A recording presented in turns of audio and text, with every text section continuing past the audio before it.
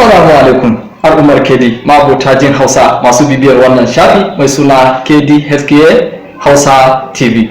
Yau ma na zo muku da kyakkyawan labari. Na san wasu za su ji daɗin sa, wasu kuma akasin haka.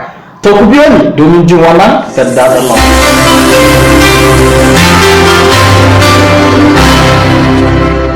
Yawa, ko kana da labarin KD za su ƙara kuɗin dukkanin kayansu? Ku biyo ni zuwa ƙarshen wannan bidiyon, zan saka muku dukkanin takardar farashin kayan kamfanin. Kama daga kan kuɗin registration zai koma naira 12,000, kuɗin kuɗin cleanser zai koma 14,000, kuɗin wankiya 6,000. Me yasa kai ko gaban kai ke faduwa bayan ka san kana da rigista da kamfanin? Saka sai kaya PV kaɗan a biya ka kuɗi masu tarin yawa. Mana lissafin PV zai tashi daga naira 680 zai koma zuwa 900.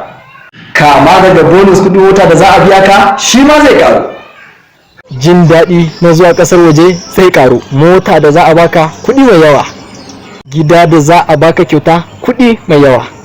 Karanta kyauta da za a ɗau yaranka mai yawan kuɗi ne. Idan muka ce za mu lissafa suna da yawa sai dai mu ce da sauransu. Babu abin da za mu ce wa KD sai da godiya. Yawan korafi da rashin aiki duk ba shi bane, ka tashi kai kokari shi zai taimake ka. Mai magana har kullum Dr. Suleiman Tukur Jalingo. Domin samun sababbin bidiyoyi sai ka danna mana subscribe, ka taba mana kararrawa. Za ka ringa samun sababbin bidiyoyi a duk sa'ilin da muka daura. Muna godiya.